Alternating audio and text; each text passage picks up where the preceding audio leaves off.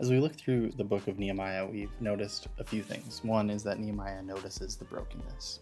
The world isn't as it should be, and he recognizes that. He learns that his city gates have been burned, his walls have been torn down, and he begins to pray. So he noticed the brokenness. And then he doesn't just notice it, he doesn't just pray, he doesn't just hope it fixes itself. He takes a faithful step.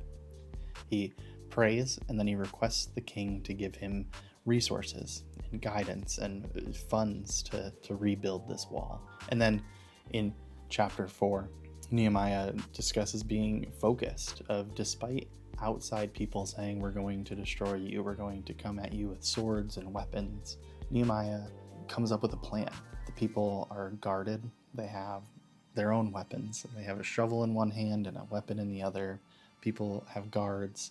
Nobody's doing the work alone. There's a trumpet in case work does happen, but there's also, along with those people who are trying to attack, there's also the inside pressure that this work feels like it's never ending.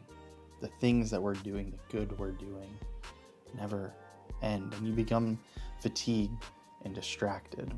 And so in Nehemiah 6, all of this has already happened. The walls, though, are essentially complete. The gates are all that really remains to be fixed. The work that they've been doing, it's visible, right? The success is near. And as you get that close, the feelings that you feel are right there, right at the tip. The success is near, and that's exactly where the opposition intensifies. The enemy, it's no longer those attacks of force. We're not going to come at you, but instead we're going to be strategic. We're going to become quieter and smarter. We're going to become personal with how we attack you. Finishing the work requires more discernment than it did to start the work. And what is discernment? Discernment is one of those churchy words. Discernment is how we live our lives, thoughtfully and faithfully. It's aligning ourselves with the sense and the experience of God's Spirit that is moving in and empowering our lives. At the heart of discernment is a desire for God. It humbles us, it places our hearts, ideas, intentions in the service of the holy. It requires contemplative habits that are woven through the fabric of our daily lives, habits that include prayer, deep listening, reflection, awareness, surrender. And the two most basic questions of discernment are, is this of God or not?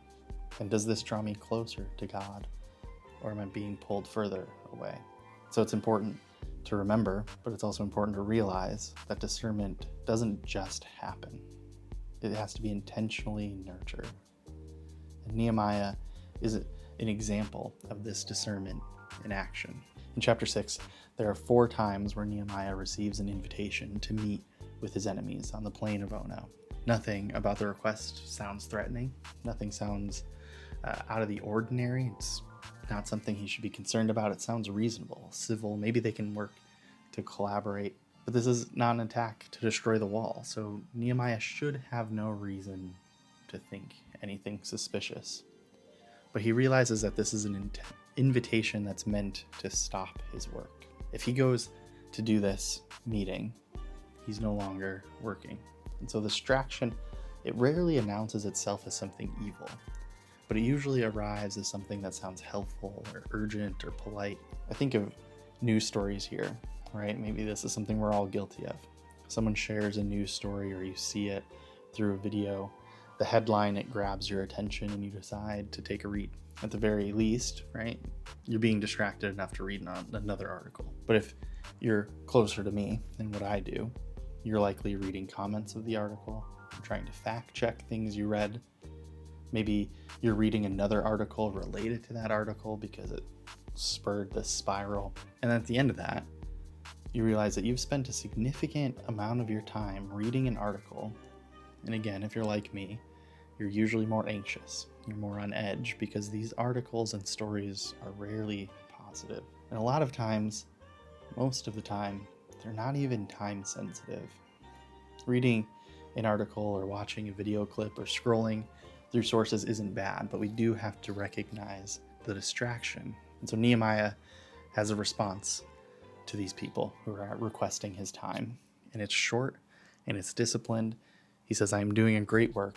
and I cannot come down. Nehemiah, he's not arguing. He doesn't explain. He doesn't negotiate. He simply names his calling and he stays where he's at. Not every meeting, not everything that demands our time is necessary. Not every opportunity moves us closer to God.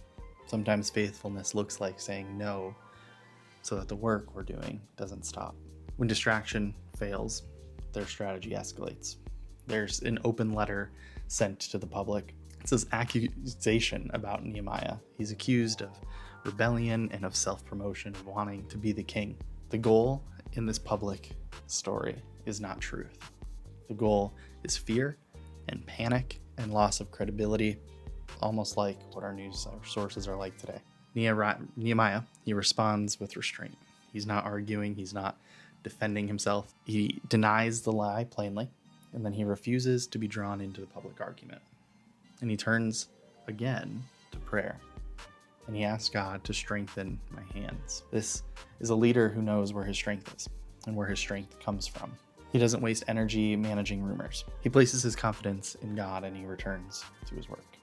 And you can't finish the work God gives you if you spend all your energy defending yourself. Discernment sometimes means refusing to give the lies your attention. And so it's kind of like let your actions speak for themselves. That's what Nehemiah is doing.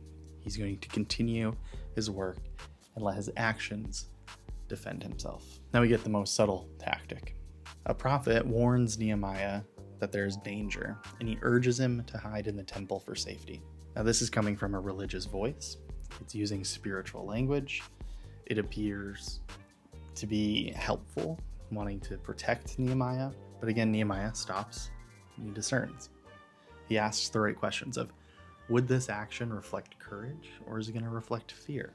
Would it require me to be disobedient to the mission and the call that God's given me? Nehemiah chooses to not listen to the prophet's warning because Nehemiah recognizes that fear is shaping the advice. It's not faith, and he refuses to let fear determine his next step. Discernment, it's not about having a feeling.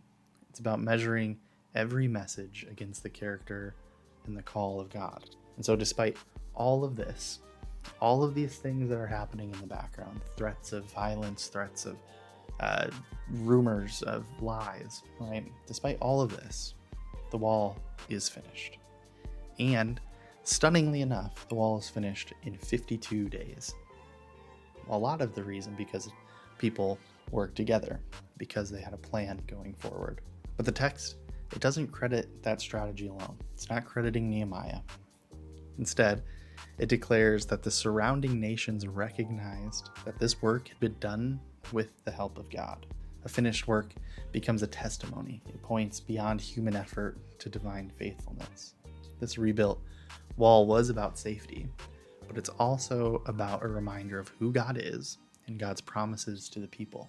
It's a visible sign of God to all who see this wall. So even though the wall is finished, the chapter doesn't end with a resolution alone. Instead, the final verse reveals some of the nobles of Judah remain closely connected to those enemies. Letters continue to pass between them, loyalties are divided. And this reminds us that completing the work doesn't remove all the threats. External opposition may quiet down. Those internal pressures often remain. The danger shifts from open resistance to quiet compromise. Their relationships likely felt practical and harmless. They were built over time through family ties and influence. But convenience slowly reshaped their commitment. This is often how compromise works. It rarely begins with disobedience. It begins with choices that seem reasonable in relationships that feel safe until faithfulness becomes blurred. Nehemiah's story shows us that discernment is not only needed in moments of conflict, but it's also needed after success. Completion can tempt us to relax our attention, to assume that the work is finished simply because the task is done. But the wall was never the ultimate goal. It created a space for deeper renewal. Faithfulness didn't end with this completion of the wall. It continues as God's work moves forward. And I remember Nehemiah, he said, I am doing a great work and I can't come down. So what is the work that God has placed before you? Maybe it's to serve in your community or your church. Maybe it's to go to school and complete a degree that you're called to do to make the world a better place. Maybe it's simply to show up to work every day and be an example of dedication and hope and trust in your workplace. And then ask, what are those distractions or fears or voices that are tempting you to step away before that work is finished? You might ask, is this degree even worth it? What good am I doing anyway? Does any of this matter with what's happening in our world right now? And so know this, that God doesn't call us to begin work that God is not going to empower us to complete. And so may we continue to ask ourselves the questions of discernment, of does this bring me closer to God or further away? Hey, my name is Brandon James. If you enjoyed this story of Nehemiah, or want to learn more about Nehemiah, or want to learn more about faith in general, you can find story guides and other resources at enterjoinshare.org. And I hope to see you in a future video.